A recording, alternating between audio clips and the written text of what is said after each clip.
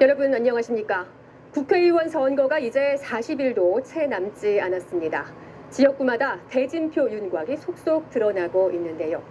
더불어민주당이 이재명 대표를 인천 계양을에 단수 공천하면서 국민의힘 원희룡 전 장관과의 맞대결이 확정됐습니다. 이준석 개혁신당 대표는 동탄 신도시가 있는 경기 화성을에 출마를 선언했습니다. 윤수환 기자의 보도입니다. 이재명 더불어민주당 대표가 인천 계양을에 단수 공천을 받았습니다. 이재명 계양말을 자처하고 있는 국민의힘 원희룡 전 국토교통부 장관과 맞대결이 성사됐습니다.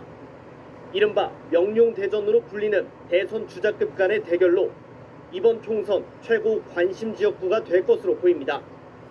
국민의힘 나경원 전 의원이 공천을 받은 서울 동작을엔 경찰국 신설에 맞섰던 유삼영 전 총경이 전략 공천을 받아 경쟁합니다.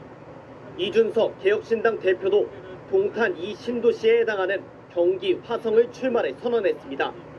출마 지역구로 대구와 수도권 등을 놓고 고심해왔던 이 대표는 동탄 신도시는 전국에서 가장 젊은 선거구, 미래 공약을 펼치기 좋은 공간이라며 출마 의사를 시사한 바 있습니다.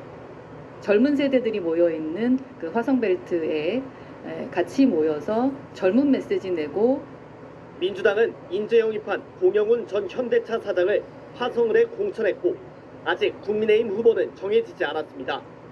공천 마무리 단계에 접어든 국민의힘에선 김희곤, 임병헌, 김병욱 의원까지 영남권 현역 의원 3명이 한꺼번에 경선에서 탈락했습니다. 김해갑으로 지역구 변경을 원했던 오선의 김영선 의원은 아예 공천에서 배제됐습니다. 불법 정치자금 혐의로 수사를 받고 있는 김연아 전 의원은 단수 공천이 취소됐고 고향 정에는 3선을 역임한 김용태 전 의원이 전략 공천됐습니다. 고양시 부분이 우리 굉장히 중요한데 좀 전략적으로 약해가지고 전략적으로 그렇지해가지고 고 최상병 순직 사건 처리 당시 대통령실 국방분야 보고라인에 있었던 임종득 전 국가안보실 2차장도 경북 영주 영양 봉화에 단수 공천됐습니다. MBC 뉴스 윤수환입니다. 민주당에서는 조정식 사무총장 등 당 지도부가 대부분 단수 공천을 받은 가운데 친문 핵심으로 꼽히는 홍영표 의원의 컷오프가 결국 최고위원회에서 의결됐습니다. 하위 평가를 통보받거나 공천 배제된 의원들의 이탈 기류가 확산하고 있습니다. 김민형 기자입니다. 민주당이 5선 조정식 사무총장을 시흥을에 단수 공천하면서 당 지도부는 본선으로 직행하게 됐습니다. 단수가 될 수 있는 충분한 심사 평가를 받았고 검증 과정에서도 문제가 없었습니다. 인재위원회 간사를 맡고 있는 친이재명계 김성환 의원도 서울 노원을에 단수 공천을 받았습니다. 하지만 당 지도부 간 갈등까지 불러일으키고 있는 친문 홍영표 의원의 컷오프 결정은 밤 늦게까지 열린 최고위원회에서도 번복되지 않았습니다. 홍익표 원내대표가 반대 의견을 냈지만 받아들여지지 않은 것으로 전해졌습니다. 대표께서는 홍영표 의원에 대해서는 그 말씀을 해주셨나요? 주로 듣는 입장이었습니다. 갈등의 뇌관으로 여겨지는 임종석 전 대통령 비서실장의 공천 문제는 논의조차 되지 않았습니다. 당 지도부인 이계호 의원의 경선이 필요하다는 재심의 결정만 기각돼 결국 단수 공천이 확정됐습니다. 홍영표 의원은 원칙도 절차도 명분도 총선 승리 과제도 내던졌다며 내 맘대로 사천이라고 비판했고 임종석 전 실장도 이재명 대표의 속내는 충분히 알아들었다며 거취 결단을 시사했습니다.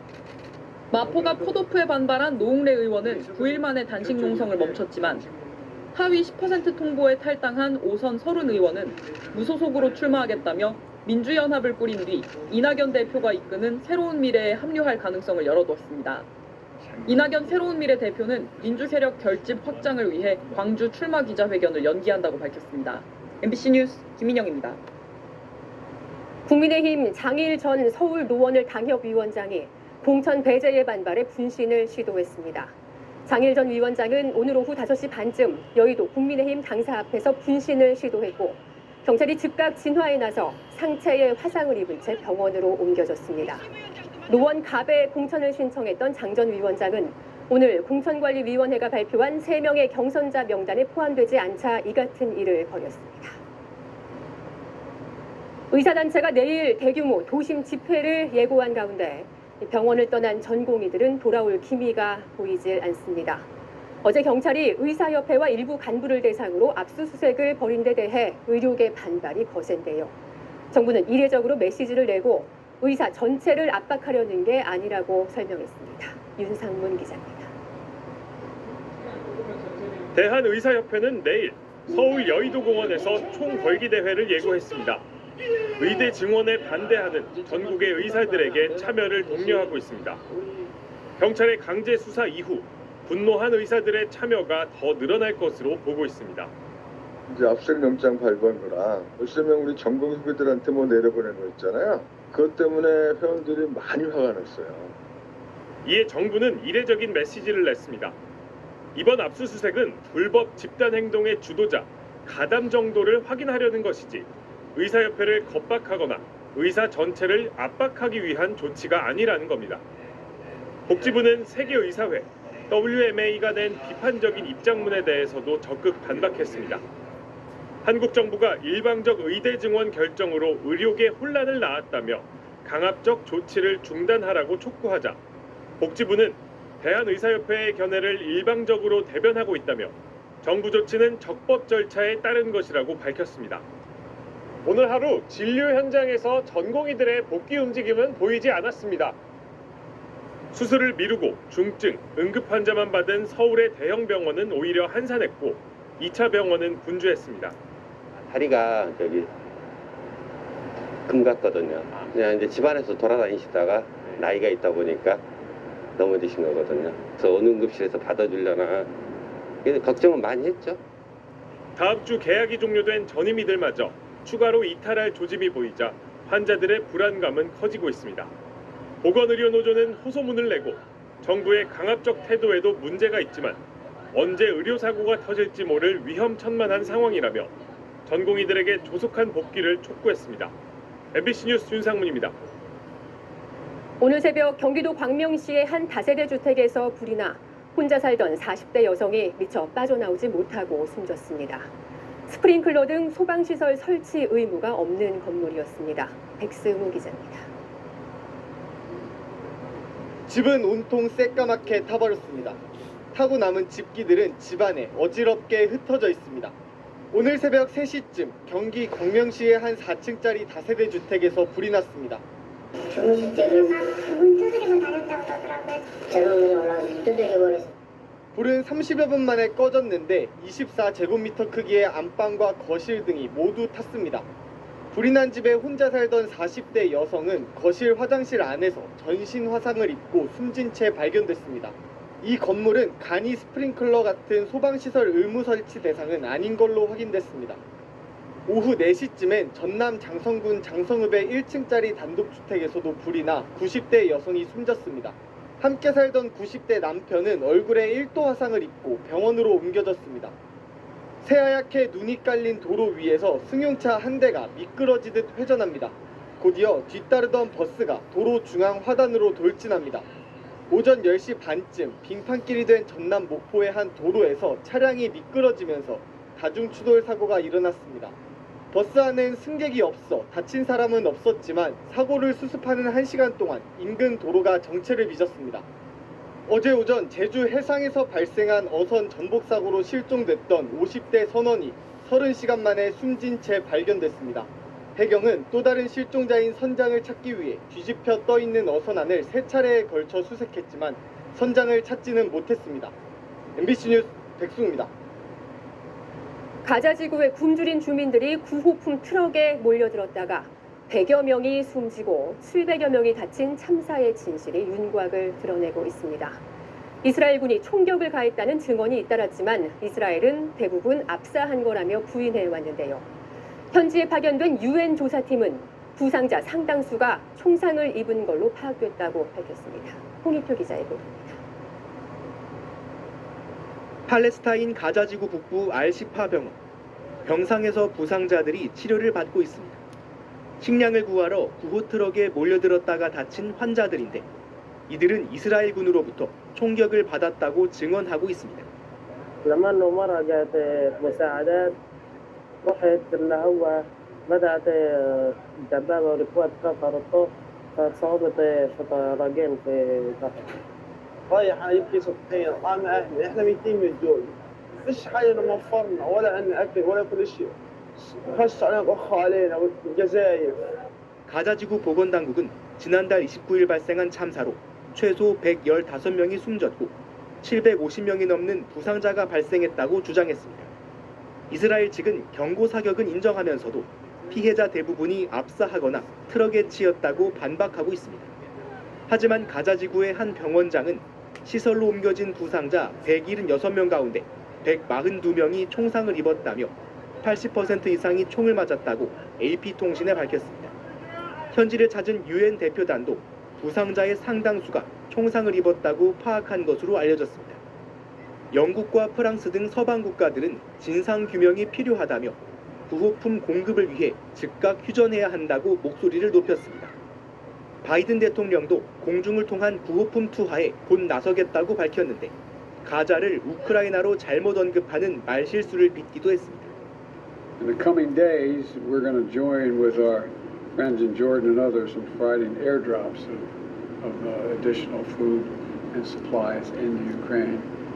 하마스와 이스라엘의 휴전 협상이 이렇다 할 진전을 보이지 않는 가운데 이번 구호트럭 참사도 협상에 적잖은 영향을 줄 것이란 전망이 나옵니다. MBC 뉴스 송희표입니다. 올 상반기 도입을 목표로 추진되고 있는 필리핀 가사관리사 제도. 한국과 필리핀 양국 간의 막바지 협의가 진행 중입니다. 국내에서는 맞벌이 가정에 도움이 될 거라는 기대와 과연 문화적 차이를 극복할 수 있을지 우려하는 시선이 교차하고 있는데요. 현지에선 벌써 한국행을 희망하며 준비하는 사람들이 있습니다. 송서영 기자가 만나봤습니다. 3년간 쿠웨이트에서 가사관리사로 일하다 2021년 필리핀으로 돌아온 아나 제이 씨. 한 달 전부터 한국어 공부를 시작했습니다. 한국에서 가사관리사로 일하겠다는 목표가 생겼기 때문입니다. 저는 아나 제인 C Pangilinan입니다. 31입니다. 침대맡엔 한국어 학습지를 붙이고 베개 아래엔 연습장을 깔아뒀습니다. 한국행을 위한 돼지 저금통도 있습니다. 아자. 제인 씨가 한국행을 원하는 이유는 지방에 사는 어머니의 당뇨 치료와 딸의 학교 생활을 위해 돈을 더 많이 벌어야 해서입니다. I pay credits, too much credit, ma'am. People there are very lovely. They are caring, like they are bowing there. 안녕하세요, like that. 평일엔 아침 일찍부터 인력사무소에다가 자정이 다 되어서야 퇴근하면서도 주말엔 1시간에 달려 한국어 학원에 갑니다. I'm thinking that it's hard to learn the Korean language. If someone choose me, why not? I will give time for this.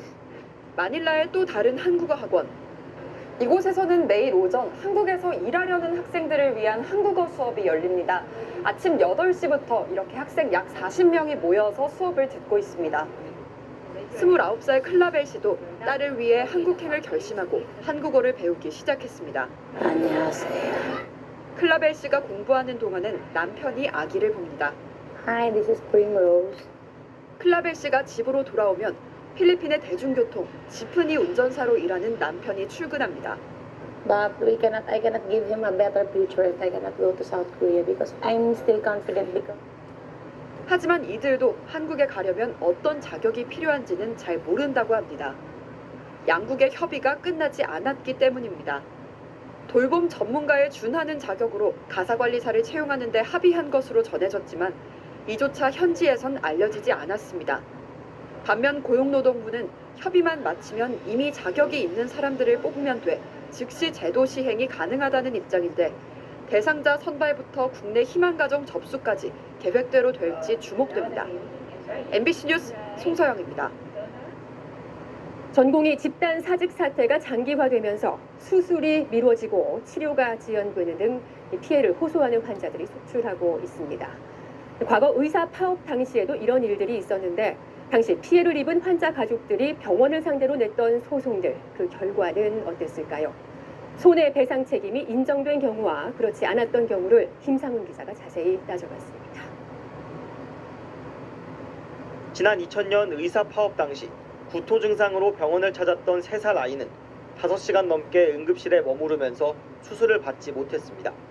응급실 의사가 부족하다는 이유에서였습니다.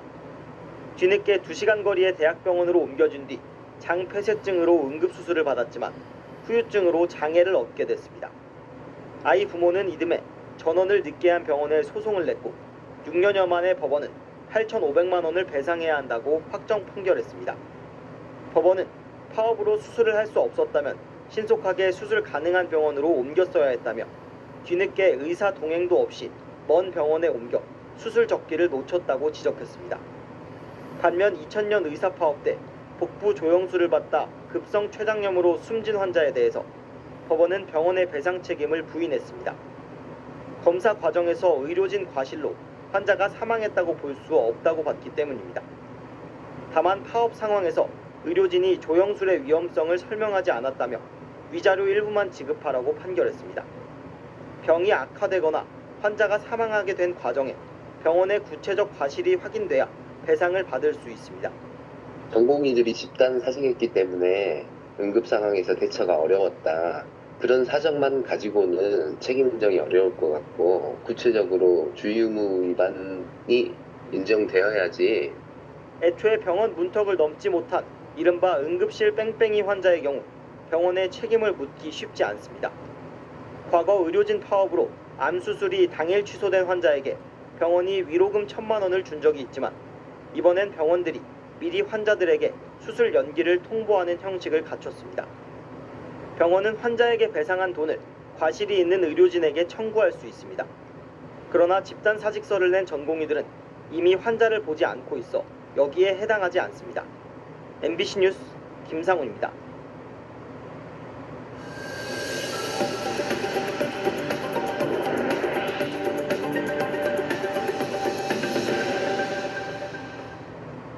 인공지능 AI를 구성하는 차세대 첨단 반도체 시장을 둘러싸고 전 세계 기업과 국가들의 선점 경쟁이 본격화하고 있습니다. 우리나라 반도체 산업의 우위를 첨단 반도체 분야에서도 이어갈 수 있을지 그 기회와 위기의 양면을 이성일 기자가 짚어봤습니다. 2056년 나이지리아의 한 도시에 사는 주민들의 아름다운 모습을 그리라는 간단한 지시를 입력했을 때 인공지능이 그려낸 영상입니다. 원하는 화면이 무엇인지를 설명하는 지시문이 구체적일수록 AI가 내놓는 화면도 정교해집니다. 1년여 전 챗GPT 등장에 자극을 받은 기술 기업들이 인공지능의 쓰임새를 새로 찾으면서 인공지능용 데이터 센터의 최적인 반도체 GPU 시장을 독점한 엔비디아는 매출 이익이 급격히 늘었습니다. 주가도 3배 넘게 올랐습니다. 애플, 구글과 같은 빅테크 기업마저 돈을 들고 기다리게 할 만큼 품귀 현상을 빚고 있기 때문입니다. 이에 챗GPT를 개발한 오픈 AI 마이크로소프트는 인공지능 반도체를 스스로 만들겠다고 나설 정도입니다. 5년 안에 800조 원 규모로 예측되는 생성형 AI 반도체 시장이 새롭게 열리는 것은 우리 반도체 기업들에게도 기회입니다.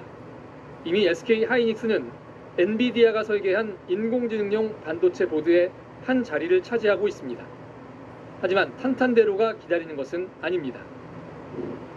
스마트폰 같은 첨단 전자제품의 경우 미국이 설계한 제품을 동아시아에서 조립해 세계 시장에 파는 국제 분업 체제 아래 만들어졌습니다. 이때 부가가치가 높은 핵심 반도체 제조는 대만과 우리 기업들 차지였습니다. 하지만 인공지능 반도체 산업에서는 정부의 지원을 등에 업은 미국, 일본 업체들이 한동안 손을 뗐던 핵심 반도체 제조 분야에서 진입 기회를 노리고 있습니다. 당장은 우리 제조 기술이 앞서지만 새 경쟁자의 등장은 위협이 될 수 있습니다. 지금 구마모토 같은 경우도 보면 TSMC가 들어가 공장을 완성하는데 약 20개월에 다 해결된다라고 하는 말들이 들리지 않습니까? 생태계의 주도권을 누가 먼저 주느냐의 속도전이기 때문에 그 속도전 측면에서 우리 정부가 뒤져서는 안 되겠다. 일본이 대만 기업의 일본 공장 건설에만 10조 원을 보조할 만큼 적극적이고 미국도 반도체 산업 지원금 660조 원을 미국 기업부터 우선 지원할 움직임을 보이고 있습니다. 새롭게 짜여지는 인공지능 반도체 산업을 선점하기 위한 반도체 기업들의 생존 경쟁이 시작됐습니다. MBC 뉴스 이성일입니다. 올 들어 개봉한 한국 영화 중에는 유독 여성 감독들의 데뷔작이 많습니다. 소재와 장르는 모두 다르지만 소외된 사람들의 시선과 목소리를 제대로 담아냈다는 공통점이 있는데요. 주말에 만나는 문화인톡 임소정 기자가 감독들을 만나봤습니다. 이 땅이 어떤 지옥이라도 죽지 않고 살아내겠다는 다짐 하나를 깨까지 왔습니다. 인간답게 살고 싶은 소망 하나로 목숨 걸고 찾아온 이국의 땅. 기약 없이 난민으로 받아들여지기만을 기다리는 탈북민에겐 매일이 막막함의 연속입니다. 장편소설 로기완을 만났다를 각색 재창작한 영화 로기완. 소외된 이들의 감정을 섬세하게 그려낸다는 평가를 받는 김희진 감독의 장편 데뷔작입니다. 이제 영화로 각색이 되면서는 굉장히 주체적으로 들어와 있는 인물로 많이 바뀌었어요. 음지에 있다고 생각되는 사람들에게서 볼 수 있는 뒷면 이런 이야기들은 항상 나와야 한다고 생각을 하거든요. 최근 OTT 시리즈 살인자 오난감의 극본가로도 입소문을 탄 김다민 감독은 11살 초등학생 동춘의 시선에 주목했습니다. 월수금은 수학, 영어, 파먹은 논술, K 도대체 이걸 왜 하라는데? 속 시원한 해답을 듣지 못하던 아이가 막걸리에게 답을 묻는다는 기발한 상상력의 현실 SF물입니다. 아이라는 존재는 굉장히 질문이 많잖아요. 근데 동시에 그 많은 질문만큼 제대로 된 대답을 또 못 듣기도 하는 존재이기도 하니까. 보이스피싱 피해자의 반격 실화를 유쾌하게 담아낸 시민 덕키까지. 많은 분들이 그런 것들을 피해자 잘못이 아니라는 걸 저 진심이 좀 잘 전달됐으면 하는. 우리 사회가 주목하지 않는 사람들의 목소리에 귀 기울이는 여성 감독들의 데뷔작. 최근에는 여성 감독들의 저변이 넓어지면서 사회적 약자 중에서도 기존 작품들이 주목하지 않았던 다양한 상황의 인물들에게 초점을 맞추면서 소재나 서사도 확장시켜 나가고 있습니다. 그들이 담아낼 다음 이야기의 주인공은 누구일지 궁금해지는 이유입니다. MBC 뉴스 임소정입니다.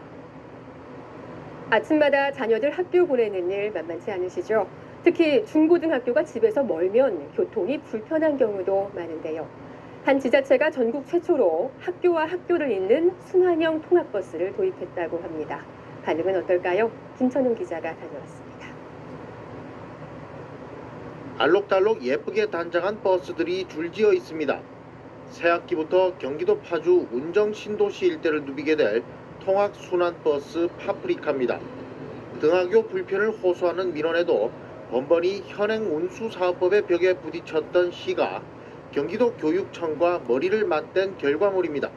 경기도 교육청, 그다음에 파주시 교육지원청, 경기도의회, 파주시가 한 1년여 준비해서 이 부분들을 다 해소하고 파주에 있는 학생들이 학업에 전념할 수 있도록 지자체장이 업무 범위와 기간을 한정해 운송 면허를 부여하는 한정 면허 방식을 채택했는데 운정 신도시 내 18개 중고등학교 16,000여 명의 학생들이 등하교 부담을 줄일 수 있게 됐습니다. 버스 열대가 2개 노선으로 나뉘어 매일 등하교길을 책임집니다. 마을버스 청소년 요금만 내면 다른 연계 교통수단과 환승까지 가능한 만큼 학생과 학부모들의 기대가 큽니다.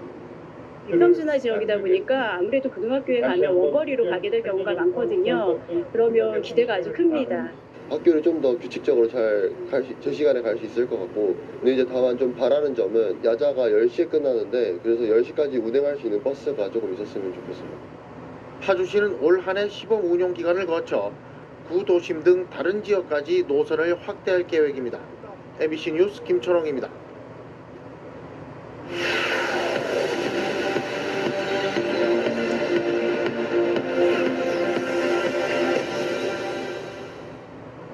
유튜브 같은 SNS를 이용한 북한의 체제 선전 방식이 날로 교묘하게 진화하고 있습니다.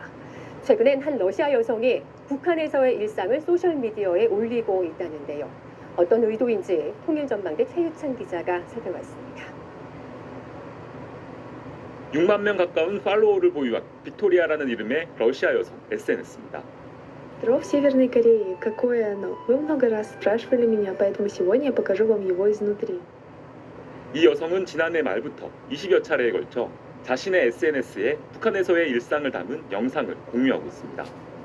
북한의 대표적 관광지인 마식령 스키장에서 스키를 타거나 각종 식료품을 소개하고 북한의 한 대형 쇼핑몰 방문 영상도 공유했습니다.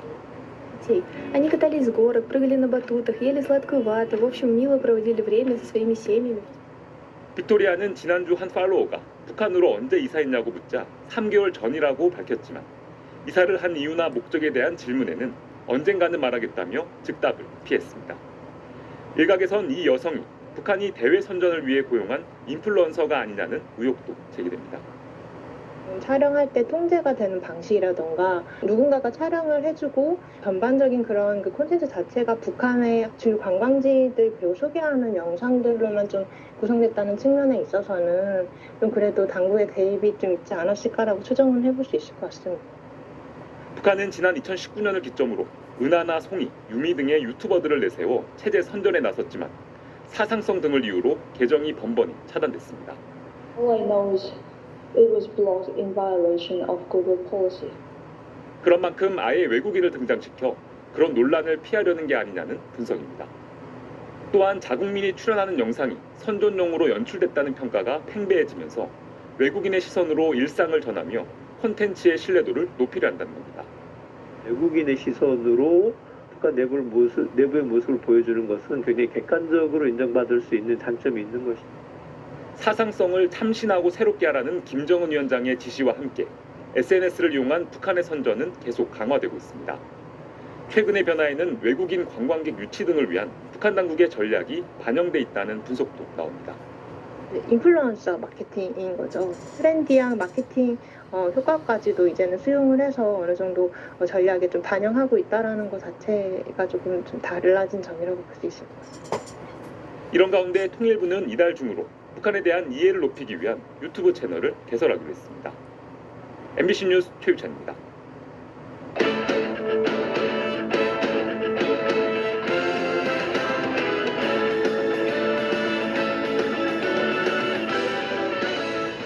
토요일 밤 스포츠 뉴스입니다. 잉글랜드 대표팀 출신으로 올 시즌 서울 유니폼을 입은 링가드가 만원 관중 앞에서 K리그 데뷔전을 치렀습니다. 짧은 시간이었지만 존재감은 예상대로였습니다. 김수근 기자입니다. 링가드 효과는 확실했습니다. 예매 2분 30초 만에 7,800여 좌석이 매진된 가운데 링가드를 보기 위해 몰려든 관중으로 경기장도 일찌감치 북적였습니다.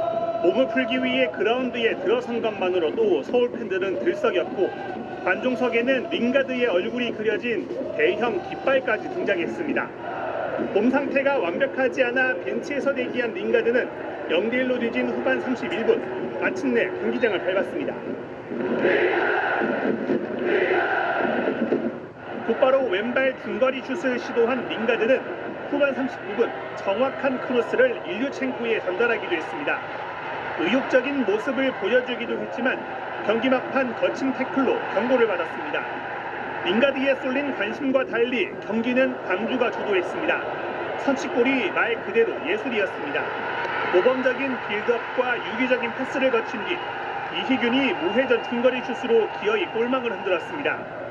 후반에도 엄기성의 중거리 슛으로 기세를 이어간 광주는 종료 직전 가브리엘의 쐐기골을 더해 2대0 완승으로 기분 좋게 시즌을 시작했습니다. 많은 팬분들이 오신 상황에서 이긴 거에 대해서는 결과에 대해서는 칭찬해주고 싶습니다. 좀 지키려는 마음이 컸던 것 같아서 그게 좀 실망스러웠습니다. 수원FC 김은중 감독은 종료 직전 터진 이승우의 페널티킥 결승골로 데뷔전에서 승리했습니다. MBC 뉴스 김수근입니다. 한화 류현진 선수는 타자를 상대하는 라이브 피칭을 처음 소화했는데요. 개막전 출전에 문제가 없다고 자신했습니다. 오키나와 현지에서 이명로 기자입니다. 비로 하루 미뤄진 류현진의 첫 라이브 피칭. 주전 포수 최재용과 처음 호흡을 맞추는 자리에 최원호 감독의 눈빛도 진지해졌습니다. 초반엔 이상혁을 마치는 예상 밖의 장면이 나왔습니다.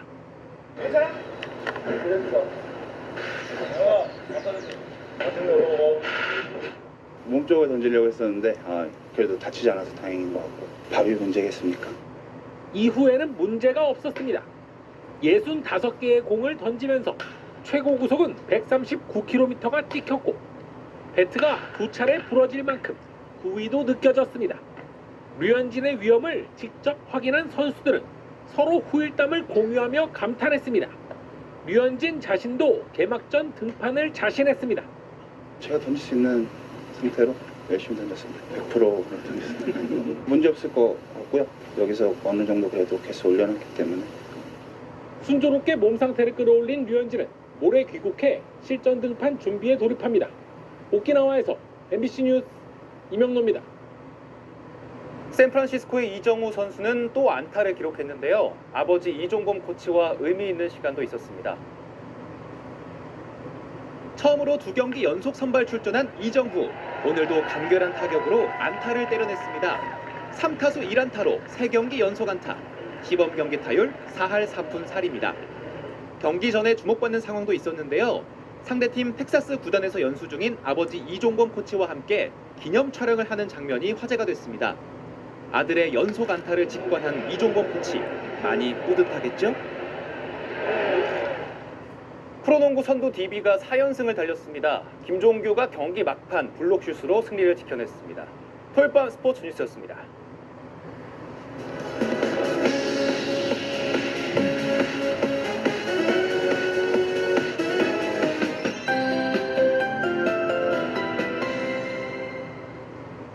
첫 주말에도 눈비 소식을 전해드리게 되네요. 현재 레이더 영상부터 살펴보시면요. 일부 수도권과 강원도 지방에 눈 비구름이 영향을 주고 있는데요. 눈과 비는 내일 아침까지 이어지겠고 호남 지방은 낮까지도 계속되겠습니다. 예상 적설량을 보시면 강원도와 충북 지역에 1에서 5cm, 경기 동부와 경북 북부에 1에서 3cm 남짓 눈이 내려 쌓이겠고요. 서울을 비롯한 그 밖의 지방은 1cm 안팎이 예상됩니다. 또 중부 내륙 지역에서는 국지적으로 눈발이 붉어지겠고 벼락이 치고 돌풍이 불기도 하겠습니다. 그래도 오후부터는 햇살이 내리쬐면서 기온이 껑충 오르겠습니다. 한낮에 서울의 기온이 8도, 대구 13도로 예년 이맘때 초봄 날씨를 보이겠고요. 다만 차츰 미세먼지가 들어오겠는데요. 내일 오전까지 수도권과 영서지방에, 오후부터는 충청과 남부지방에서 농도가 나쁨 수준까지 오르겠습니다. 내일 오후부터는 눈과 비구름이 물러가겠고 바람도 차츰 잦아들겠습니다. 내일 아침 기온 살펴보시면 서울 영하 1도 등으로 평년 수준을 회복하겠고요. 한낮의 기온도 서울이 8도, 대전 11도, 부산 12도가 예상됩니다. 월요일인 모레는 남쪽부터 다시 비구름이 들어오겠고요. 경칩인 화요일에는 서울을 비롯한 전국에 또 비나 눈이 내린다는 예보입니다. 날씨였습니다. 3월 2일 뉴스데스크 여기서 마치겠습니다. 시청해주신 여러분 고맙습니다.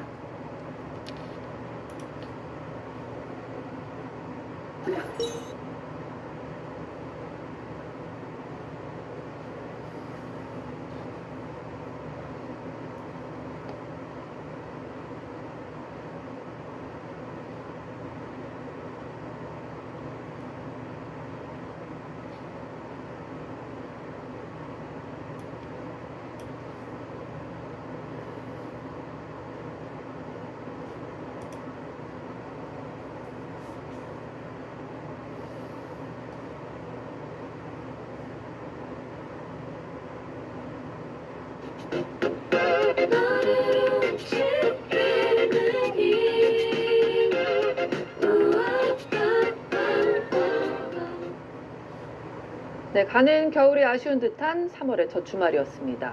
오늘 8시 뉴스는 39일 앞으로 다가온 총선, 그중에서도 이른바 명룡대전이 성사됐다는 소식부터 전하겠습니다. 민주당 이재명 대표와 국민의힘 원희룡 전 장관이 이 대표 현 지역구인 인천 계양을에서 맞붙게 됐습니다. 끝내 공천에서 배제된 친문 인사들은 다음 행동을 시사했습니다. 첫 소식 백운 기자입니다. 민주당이 인천 계양을에 이재명 대표 공천을 확정하면서 이재명 대 원희룡, 거대 양당 대권주자의 맞대결, 이른바 명룡대전이 성사됐습니다. 2선 후퇴론이 거론되던 친명 5선 조정식 사무총장도 본인 지역구 경기 시흥을에 공천받았습니다. 단수가 될 수 있는 충분한 심사 평가를 받았고 그 검증 과정에서도 문제가 없었습니다. 선거구가 줄어든 서울 노원의 경우 노원을은 친명 김성환 인재위 간사 공천이 확정됐고 노원갑에선 우원식 고용진 의원이 경선을 치릅니다. 역시 선거구가 줄어든 경기 부천도 현역 의원 3명이 부천 갑을 놓고 경선합니다. 서울 동작을엔 유삼영 전 총경이 공천받아 나경원 전 의원과 거대 양당 대진이 완성됐습니다. 공천 심사를 둘러싼 내용은 계속되고 있습니다. 어제 심야 최고위에선 신문계 홍영표 의원 컷오프 의결에 홍익표 원내대표가 우려를 표했지만 결과는 바뀌지 않았습니다. 홍영표 의원은 공천학살 뒤에서 희희덕대는 부도덕한 정치를 보고 있지 않겠다며 고든 정치로 정면 돌파하겠다고 밝혔습니다. 공천 배제 재고를 요청한 임종석 전 대통령 비서실장 문제는 논의되지 않았다. 임 전 실장은 이 대표의 속내는 충분히 알아들었다며 거취 결단이 임박했음을 시사했습니다. 내일 광주 출마 선언을 예고했던 이낙연 새로운 미래 대표는 민주 세력의 결집과 확장을 위해 긴급한 일이 생겼다며 일정을 연기했는데 민주당 탈당 의원들 합류 문제를 우선 매듭 지으려는 걸로 보입니다. SBS 백운입니다. 여러분 안녕하십니까? 뉴스룸을 시작하겠습니다. 의대 증원 문제를 두고 정부와 의사단체 간 갈등은 봉합되지 않고 있습니다. 정부의 자유와 인권 탄압에 강력히 분노한다는 의사단체 입장에 정부는 국민만 바라보고 법과 원칙에 따라 의료개혁을 완수할 것이라고 맞섰습니다. 약 14만 명의 의사가 소속된 대한의사협회는 내일 최대 규모의 총궐기 대회를 열겠다고 경고했습니다. 황예린 기자입니다. 경찰들이 줄지어 서 있습니다. 전 현직 간부들을 상대로 압수수색에 나선 겁니다. 보건복지부는 전공의 13명에게는 홈페이지를 통해 공개적으로 업무 개시 명령을 내렸습니다. 이들과 함께 명령을 받고도 따르지 않았다는 확인서를 받은 7,854명의 의사들이 실제 복귀했는지 오는 4일부터 확인할 계획입니다. 의료계는 곧장 반발하고 나섰습니다. 회원들이 현재 상황을 지켜보고 이대로는 안 되겠다. 조금 더 한 발 또 나가야 되겠다 그러면 그 다음에는 뭐 하루나 이틀 정도 평일 추진이 있을 수도 있고. 전국 광역시도 의사회장 협의회는 정부의 자유와 인권 탄압에 강력히 분노한다고 했고 전국 의대 교수 협의회도 각 대학 총장들에게 의대 증원 규모를 교육부에 제출하지 말아달라는 성명서를 발표했습니다. 복지부는 반박에 나섰습니다. 박민수 차관은 경찰의 의협 압수수색에 대해 불법 집단 행동을 누가 주도했고 가담의 정도는 어떠한지 확인하기 위한 조치라며 의협을 겁박하거나 의사 전체를 압박하기 위한 조치는 결코 아니라고 강조했습니다. 그러면서 정부는 국민만 바라보고 법과 원칙에 따라 의료개혁을 흔들림 없이 완수해내겠다고 했습니다. 의협 비대위는 내일 여의도에서 총궐기대회를 엽니다. 전공의가 아닌 개원 의사를 주축으로 2만 명이 모일 것으로 예상됩니다. JTBC 황예린입니다. 시청자 여러분, JTBC 뉴스룸을 시작하겠습니다. 정부가 병원을 떠난 전공의들과 의대 증원 반대를 주도하고 있는 의사협회에 대해 정말 법대로 절차를 밟기 시작했습니다. 어제로 못 박아뒀던 복귀 시한이 지나자마자 경찰은 바로 의협에 대한 압수수색에 나섰고 복지부는 전공의들에 대한 업무 개시 명령을 이렇게 홈페이지에도 공개적으로 올려버렸습니다. 명령서를 못 받았다, 전달이 안 됐다, 이런 주장을 원천 차단하겠다는 겁니다. 하지만 의협 쪽에도 물러설 기미는 전혀 없습니다. 오늘은 아예 국민께 불편을 끼쳐드릴 수도 있을 것 같다는 말까지 했습니다. 먼저 김지윤 기자가 보도합니다. 의사협회 정문에 경찰들이 서 있습니다. 잠시 뒤 수사 관계자들이 나옵니다. 어떤 자료 중심으로 가져왔을까요?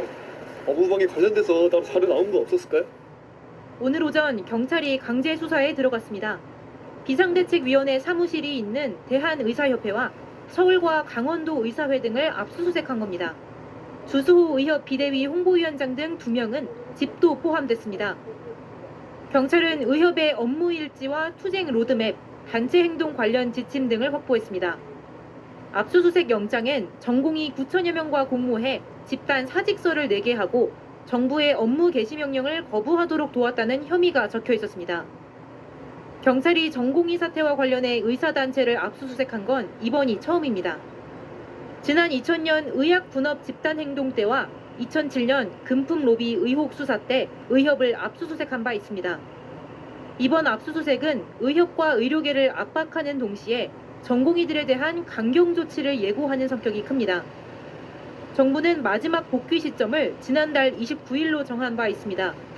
경찰은 6일과 7일 주수호 비대위 홍보위원장 등 이번 압수수색 대상에 포함된 의협 간부들을 잇따라 불러 조사합니다. 이와 별개로 정부는 예고한 대로 이달 4일부터 복귀하지 않은 전공의들에 대한 행정적, 사법적 조치를 취한다는 방침입니다. 면허 정지와 고발 등의 대상은 전공의협회 비상대책위 집행부나 각 병원의 전공의 대표들이 될 가능성이 큽니다. JTBC 김지윤입니다. 동시에 복지부 역시 홈페이지를 통해서도 전공의들에게 돌아오라는 명령을 내렸습니다. 명령서를 받지 못했다는 주장을 차단하며 면허 정지 절차가 임박했다고 다시 한번 압박에 나선 건데, 이런 정부의 압박에도 전공의들이 본격 복귀할 조짐은 아직 보이지 않고 있습니다. 계속해서 강나현 기자가 보도합니다. 보건복지부는 홈페이지를 통해 전공의들에게 공개적으로 병원에 복귀하라는 업무 개시 명령을 내렸습니다. 서울대, 세브란스, 삼성서울병원 등 수련병원 12곳 전공의 13명이 대상입니다. 대부분 각 병원 전공의 대표이자 전공의 단체 비상대책위 소속으로 파악됐습니다. 집단으로 진료를 중단했고 국민의 건강과 생명에 막대한 지장을 초래할 우려가 있다는 점을 명령 근거로 들었습니다. 원래는 직접 전달하거나 우편 문자로도 보내지만 그렇게 하고도 제대로 전달이 안 됐다면 공고할 수 있습니다. 정부는 명령을 받고도 복귀하지 않으면 예고한 대로 다음 주 월요일부터 면허 정지 절차에 나서겠다고 한 상태입니다. 당사자에겐 명령을 확실히 전달해 추후 진행할 처분에 속도를 내고 다른 전공의들에게도 행정처분과 사법 절차가 임박했음을 강조한 걸로 보입니다.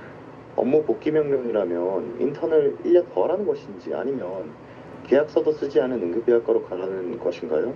출근할 곳이 없는데 지금 이런 명령을 받으니 되게 황당합니다. 복귀 시한을 넘긴 첫날도 전공의들 움직임엔 큰 변화가 없습니다. 어제 오후 5시 기준 복귀한 전공의는 총 565명으로 전체 이탈자의 6% 수준입니다. 이탈 3주째인 다음 주부터 의료 공백이 더 심각해질 것으로 보이는 가운데 오늘도 병원장들의 호소가 이어졌습니다.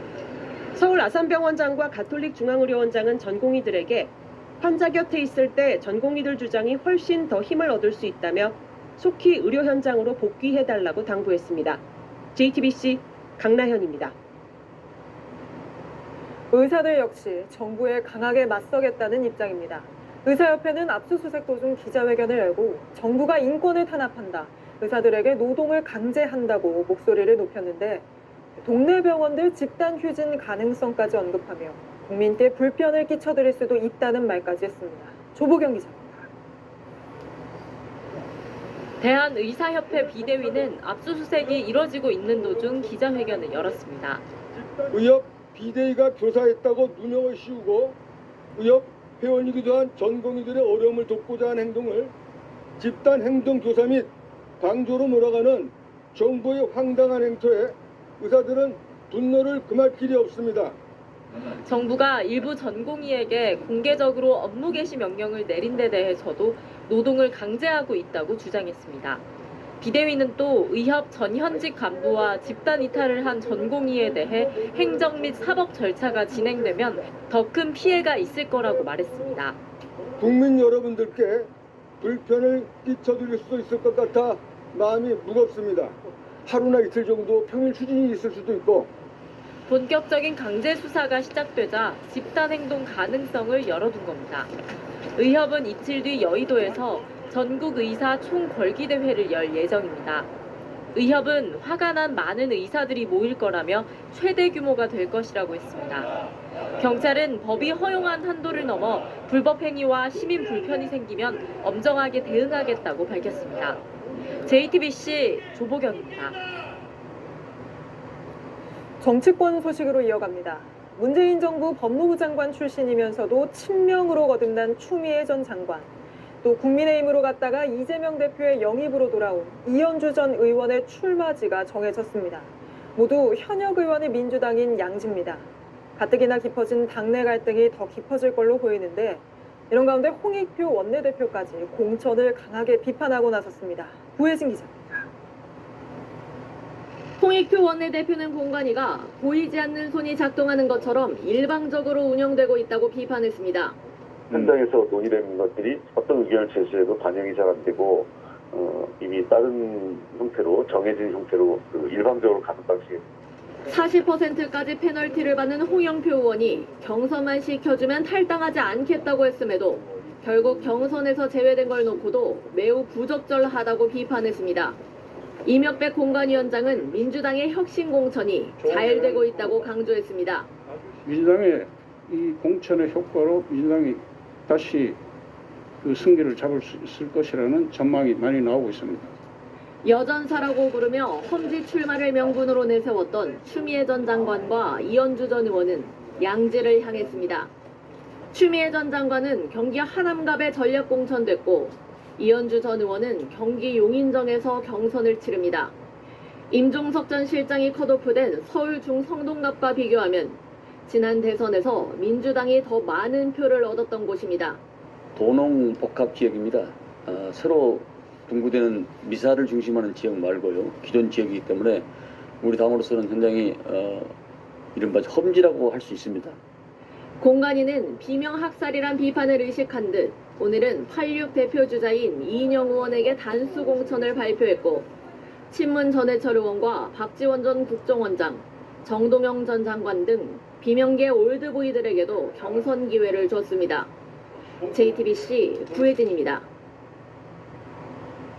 그런가 하면 국민의힘에서는 민주당을 탈당한 김영주 국회 부의장을 영입하겠다고 나섰습니다. 조금 전 한동훈 위원장이 직접 김 부의장을 만난 겁니다. 또 오늘 3차 경선 결과가 발표됐는데 여기서도 현역 불패는 이어졌습니다. 국민의힘 소식은 하예빈 기자가 보도합니다.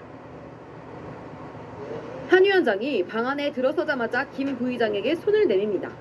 자리에서 일어난 김 부의장은 한 위원장 손을 맞잡으며 반깁니다. 편하게 입고 왔어. 세태 입고 올래다가 그래서 흔들 뻔했는데. 두 사람은 오늘 저녁 식사를 함께 했습니다. 앞서 김 부의장은 지난달 19일 현역 의원 평가 결과 하위 20%에 포함됐다는 사실을 통보받아 모멸감을 느꼈다며 민주당을 탈당했습니다. 한 위원장은 오늘 회동에서 김 부의장의 국민의힘 입당을 설득한 걸로 전해집니다. 김 부의장은 서울 영등포 갑에서만 내리 3선을 했는데 현재 국민의힘 공관위는 아직 이 지역 공천 대상자를 정하지 않았습니다. 이 때문에 김 부의장이 입당하면 당적을 바꿔 서울 영등포갑에 출마하는 방안도 거론됩니다. 서울 영등포울 출마를 선언했다가 경선을 포기한 박민식 전 국가보훈부 장관은 서울 강서울에 재배치될 가능성에 무게가 실리고 있습니다. 굉장히 우리 당에서는 전략 자산으로 이렇게 평가하고 있습니다. 본인이 원한다 그러면은 충분히 검토해가지고 결정할 생각이 있습니다. 그런 용의가 있습니다. 공관위는 또 전국 16개 지역구의 3차 경선 결과도 발표했습니다. 현역 조정훈, 이인선 의원이 나란히 승리해 현역 불패를 이어갔습니다. 부산 중영도구에선 조승환 전 해수부 장관이 이겼습니다. JTBC 하예비입니다. 오늘은 105주년 3.1절입니다. 윤석열 대통령은 정부 기념식에서 과거사 관련 언급을 자제하면서 일본을 향해 파트너란 표현을 썼습니다. 또 북한을 겨냥해 통일을 향해 나아가야 한다고 강조했습니다. 배양진 기자입니다. 윤석열 대통령은 지난해 3.1절 기념사에 이어 또 한 번 일본을 협력 파트너로 규정했습니다. 자유, 인권, 법치의 가치를 공유하며 공동의 이익을 추구하고 세계의 평화와 번영을 위해 협력하는 파트너가 되었습니다. 강제징용, 위안부 문제 등 한일 과거사 문제는 아픈 과거, 역사가 남긴 어려운 과제라는 말로 표현했습니다. 과거사에 대한 반성을 요구하기보단 올해도 미래에 방점을 찍은 겁니다. 대통령실 고위 관계자는 이런 대통령 메시지와 관련해 한일 양국이 과거사에 대해 새로운 문건을 모색하는 숙제는 사실 없어졌고 기존 합의를 이행하고 결말지어가는 마무리 단계란 설명을 덧붙였습니다. 윤 대통령은 또 기념사에서 다양한 독립운동이 모두 평가받아야 한다고 냈습니다. 국제 정치의 흐름을 꿰뚫어 보며 세계 각국에서 외교 독립운동에 나선 선각자들도 있었습니다. 이승만 전 대통령에 대한 재평가 흐름에 힘을 실은 걸로 풀이됩니다. 그러면서 윤 대통령은 기미 독립선언서에 뿌리엔 자유주의가 있다며 3.1운동의 완결 역시 모두가 자유와 풍요를 누리는 통일이라고 했습니다. JTBC 배양진입니다. 서울 곳곳에선 기념 행사가 열렸습니다. 3.1 운동이 시작된 탑골공원에는 인공지능 AI가 복원한 독립운동가가 등장했습니다. 서대문 형무소에선 시민 수백 명이 태극기를 흔들었습니다. 신진 기자입니다. 새 하늘과 새 땅이 눈앞에 펼쳐지누나 힘의 시대는 가고 도의의 시대가 오누나. 1919년 3월 1일 서울 종로구 탑골공원. 30세 독립운동가 정재용 선생이 기미 독립선언서를 읽었고 시민들은 만세를 외치며 3.1운동이 번져나갔습니다. 이 모습을 AI가 복원했습니다. 오늘 열린 3.1절 기념식. 그때 그 모습 그대로 정재용 선생과 올해 딱 33이 된 증손자가 함께했습니다. 2천만 민중의 충성을 한데 모아서 독립국임을 널리 밝히는 바이다. 기념식 주제는 탑골공원이 돌아온다. 우리나라 1호 공원이자 독립운동 성지였던 탑골공원은 근대화를 거치며 원래 모습을 잃었습니다. 이 모습을 복원하기 위해 종로구청과 문화재청이 협의를 마쳤고 서쪽 담장부터 손보기로 했습니다. 이 21m 길이의 콘크리트 담장을 허물고 문화재 발굴 조사를 시작할 예정입니다. 오전에 서대문 형무소에는 시민 수백 명이 모였습니다. 대국민 만세! 만세! 아이들은 105년 전 그날을 상상하며 행진했습니다. 가봉에서도 희망을 잃지 않고 만세를 외쳐주셔서 감사했어요. 우리를 지금 이렇게 사색에 희생에도 불구하고 보신각에는 항일운동 단체를 만든 애국지사 자녀 등 독립유공자 후손들이 모여 타종 행사를 열었습니다. 체감기온 영하 10도 추위였지만 나라를 생각하는 마음은 105년 전처럼 뜨거웠습니다. JTBC 신진입니다. 3.1절을 맞아 JTBC는 잊혀진 영웅의 흔적을 추적했습니다. 임도현 비행사는 일본 비행기를 몰고 탈출한 뒤에 일본군과 전투를 벌이며 독립운동을 했습니다. 그런데 정부는 자료가 부족하다며 임 비행사의 행적을 인정하지 않고 있습니다. 김한수 기자가 취재했습니다. 제주도 들판입니다. 허름한 가건물이 서 있습니다. 임도현 항일 비행사 기념관입니다. 후손이 직접 만들었습니다. 비행기 몰고 탈출해가지고 장개석이하고 이렇게 항일을 한 사람은 우리나라에서는 너의 큰아버지밖에 없다. 조카는 큰아버지가 남긴 이력서를 직접 검증했습니다. 먼저 일본 비행학교에서 비행사 자격증을 땄다는 기록부터 찾았습니다. 어렸을 때 집안 어른들에게 들었던 탈출 기록도 찾았습니다. 그리고 1936년 일제가 임비행사에게 징역을 선고한 판결문까지 확보했습니다. 임비행사가 다치카와 비행학교에 재학 시절 비행술 수업을 하다 상하이로 도항했다고 적혀 있습니다. 이 판결문을 찾기 전까지는 보훈처에서는 이걸 인정을 안 하거든요.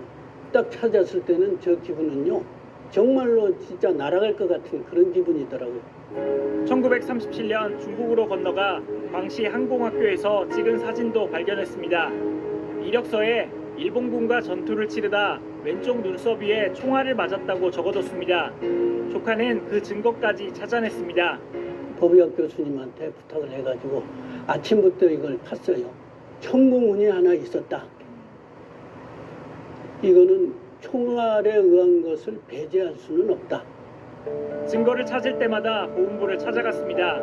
그렇게 모은 기록이 70쪽이 넘습니다. 하지만 돌아온 답은 자료가 부족하다는 겁니다. 아무것도 답이 없어요. 이것에 대한 평가가 없어요. 그냥 자료 부족. 그러면 다 끝나요. 이렇게 정부는 20년 넘게 임비행사를 외면하고 있습니다. 조카는 3.1절인 오늘도 큰아버지의 명예를 찾기 위해 대답이 없는 보훈부를 찾아갔습니다. JTBC 김한수입니다. 오늘 하루 온라인에선 3.1절의 의미를 되새기며 태극기를 개항했다는 인증글이 쏟아졌습니다. 한 온라인 쇼핑몰에선 태극기 관련 제품 판매가 크게 늘었다고 합니다. 이 소식은 김도훈 기자가 전해드립니다. 온라인에 올라온 태극기 달기 인증 글들입니다. 올해 3.1절을 앞두고 특히 온라인 쇼핑몰에서 태극기 관련 제품 판매가 늘어난 것으로 나타났습니다. 한 온라인 쇼핑몰에서는 지난달 1일에서 27일 기준으로 태극기가 지난해 같은 기간보다 14% 더 많이 팔렸습니다. 올해 1월 같은 기간과 비교하면 131% 늘었습니다. 스티커나 스카프, 손수건, 모자 등 관련 소품이 많이 팔린 것도 특징입니다. 쇼핑의 과정 자체가 하나의 자기가 3.1절을 맞는 그러한 이제 마음과 이렇게 연결된다 이렇게 볼 수가 있는 거죠. 해석은 다양합니다. 올해 중앙정부와 지자체 등에서 적극적으로 태극기 달기 캠페인을 벌이기도 했고요. 최근에는 이승만 전 대통령 다큐멘터리 영화 등으로 역사에 대한 관심이 높아졌다고 분석합니다. 지난달엔 역사서 수요도 늘어 한국사 책 판매량이 1월보다 37% 증가했습니다. JTBC 김도훈입니다. 풍랑특보가 내려진 제주 바다에서 조업하던 어선이 뒤집히는 사고로 선원 1명이 숨지고 2명이 실종됐습니다. 수색에 나선 해경대원도 크게 다쳤습니다. 강버들 기자입니다. 뒤집어진 배에 파도가 치고 그 옆에는 붉은 옷 입은 사람이 떠 있습니다. 해경 항공구조사 박승훈 경위입니다. 헬기에서 내려온 동료가 줄을 매답니다. 끌어올리기 시작하자 눈을 감은 박경위가 신음합니다.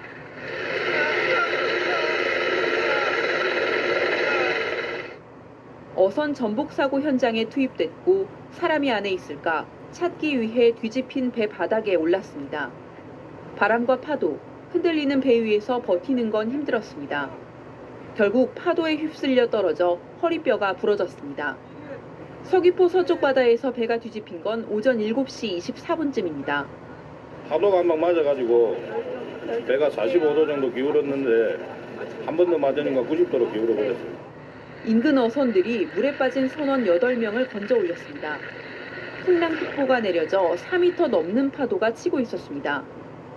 한계 때문에 아무래도 조업을 계속 해야 되기 때문에 유도를 저희가 조기 비판을 유도하지만 심정지 상태로 구조된 선원 1명은 결국 숨졌고 선장 등 2명은 아직 찾지 못했습니다.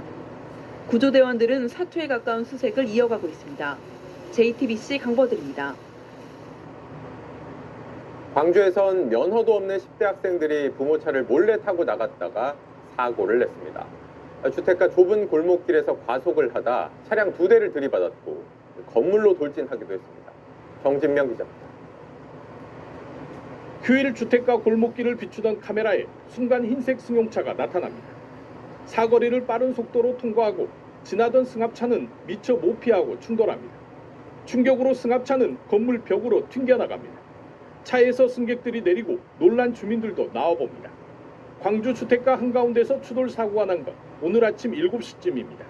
암만 했던 누가 영점이 중앙 빠졌어도 진짜 이 친구들은 속도가 없나 보통 것도 안 했죠. 이 승용차 주차된 다른 차량을 들이받은 뒤 멈춰섰습니다. 그런데 승용차 운전자는 10대 남학생, 면허는 없었습니다. 또래 친구 3명이 더 타고 있었는데 이 가운데 여학생 부모 차량이었습니다. 차량 2대가 부서졌고 건물 일부와 소화전이 크게 망가졌습니다. 경찰은 호기심에 부모차를 몰고 나온 것으로 보고 10대 남학생을 입건했습니다.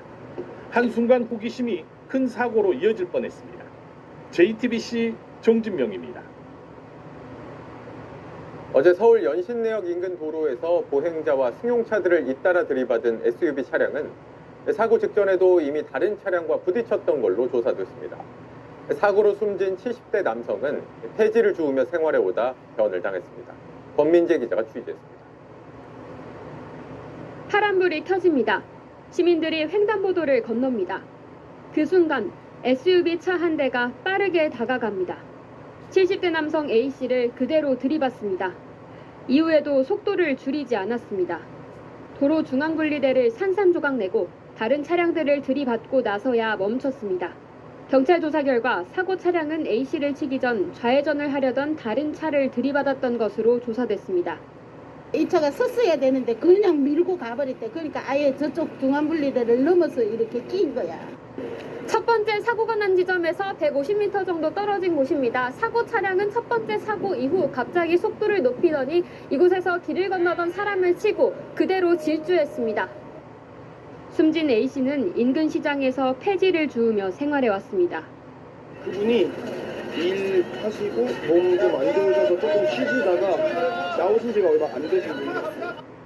경찰은 운전자가 첫 번째 사고 이후 당황해 가속 페달을 잘못 밟아 사고가 났을 가능성도 조사하고 있습니다. JTBC 권민재입니다. 뜨거운 이슈를 360도 가상현실로 살펴보는 이슈 360입니다. 지난 일요일에 난 사고죠. 고속도로를 달리던 화물차에서 바퀴가 빠지더니 반대 차선으로 튀어올라 버스를 덮쳤습니다. 버스 입장에선 날벼락이었습니다. 바퀴가 운전석을 뚫고 들어갔습니다. 2명이 숨지고 13명이 다쳤습니다.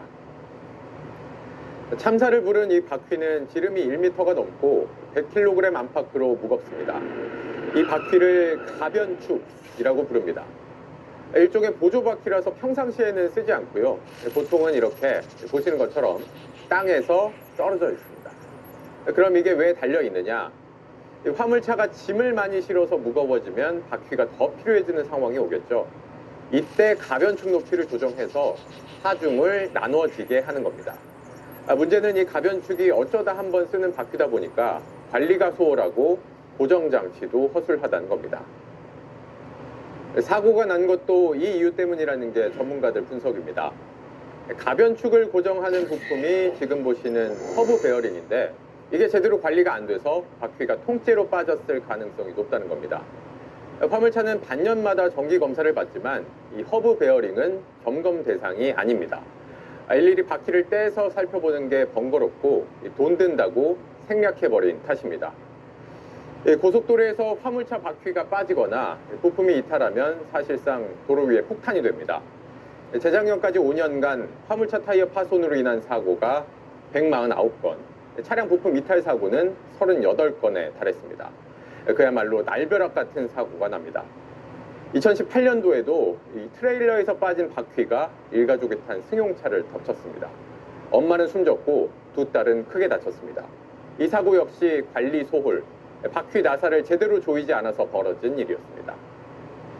화물차 정기검사 더 꼼꼼히 해야겠고요. 무엇보다도 운전자들 스스로 점검을 생활화해야 합니다. 볼트너트 2-3번씩 확실히 조이고 공기압 체크 매달 한 번씩 하고 과한 속도, 과접도 자제해야 합니다. 이슈 360이었습니다. 3월의 첫날부터 꽃샘 추위가 기승을 부렸습니다. 한낮에도 영하권 추위가 계속됐는데 이 꽃샘 추위 언제까지 이어질지 이지은 기자가 알려드립니다. 시민들은 두꺼운 외투를 다시 꺼내 입었습니다. 귀와 코끝은 금세 빨개졌고 손은 꽁꽁 얼었습니다. 귀마개와 모자를 써도 칼바람은 막지 못했습니다. 엄청나게 춥고 바람이 세요. 바람이 있어서 왕바람이 막 불고 이래가지고 상당히 추웠는데 영하 한 10도 정도로 되는 걸로 느낌이 들었어요. 내일에도 이제 나가야 되는데 내일은 옷을 좀 더 내복까지 입어야 될 정도. 북서쪽에서 유입된 찬 공기 때문입니다. 오늘 낮 최고 기온은 서울 영하 2도, 전국은 영하 3도에서 6도 사이에 머물렀습니다. 강원 산지엔 한파특보가 발효되기도 했습니다. 바람도 강해 체감 온도는 더 낮았습니다. 내일 아침도 상당히 춥겠습니다. 전국 아침 최저 기온은 영하 11도에서 영하 2도로 예상됩니다. 평년보다 기온이 5, 6도 더 떨어지겠습니다. 밤새 비나 눈이 내리는 곳도 있어 도로 곳곳에 살얼음이 나타나겠습니다. 예상 적설량은 강원 영서와 충북 중부가 1에서 5cm, 예상 강수량은 경기 동부와 강원 영서 등 5mm 미만으로 예상됩니다. 다만 낮부터는 기온이 조금 올라 추위는 다소 누그러지겠습니다. 낮 최고 기온은 서울과 강릉이 5도, 광주와 대구가 6도, 부산과 제주가 7도로 예상됩니다. 일요일인 3일엔 따뜻한 서풍이 불어 낮 최고 기온은 10도 안팎으로 오르겠습니다. JTBC 이지은입니다. 그런가 하면 세계 곳곳이 이상기온으로 씨름하고 있습니다. 미국과 호주에 난 큰 산불은 여태 꺼질 줄 모르고 스페인과 멕시코는 극심한 가뭄에 시달리고 있습니다. 김서연 기자입니다. 불이 달리는 도로 바로 옆까지 무섭게 번집니다. 자욱한 연기 탓에 앞이 제대로 보이지 않습니다. 미국 텍사스주의 난 산불은 나흘째 이어지고 있습니다. 벌써 서울 면적의 7배에 달하는 면적을 태웠는데 불길은 3%도 잡히지 않았습니다. 텍사스 낮 기온이 34도까지 오르면서 바싹 마른 목초지를 불이 집어삼킨 겁니다. Storm systems that bring strong winds and dry air from the desert southwest, where basically all the ingredients are put in place for rapidly spreading wildfires. 호주 빅토리아주는 석 달째 산불과 싸우고 있습니다. 한낮에 40도까지 치솟으면서 불은 꺼질 줄 모릅니다. 예년보다 높은 기온은 또 다른 기후재난도 가져왔습니다.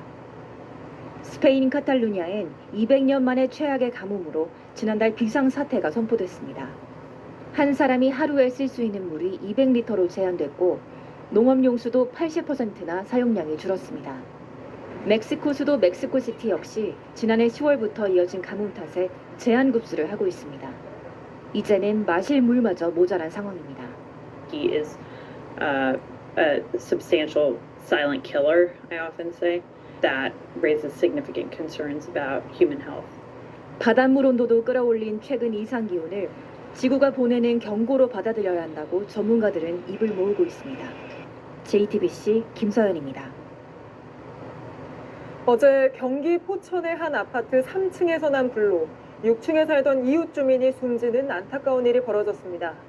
계단으로 대피하려다 연기를 마시고 숨진 건데 지난해 서울 도봉구에서도 불이 난 위층 주민이 사망하는 일이 있었죠. 아랫집에서 불이 났을 때 어떻게 하면 대처를 잘할 수 있을지 박현주 기자가 취재했습니다. 새하얀 연기가 뿜어나오는 이 아파트. 불은 20분 만에 꺼졌습니다.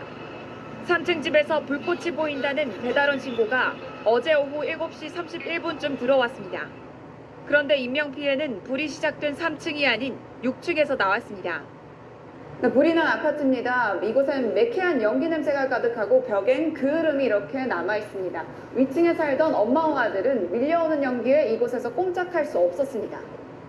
60대 엄마와 30대 아들은 불이 났다는 걸 안 뒤 대피하기 위해 집 밖으로 나왔습니다.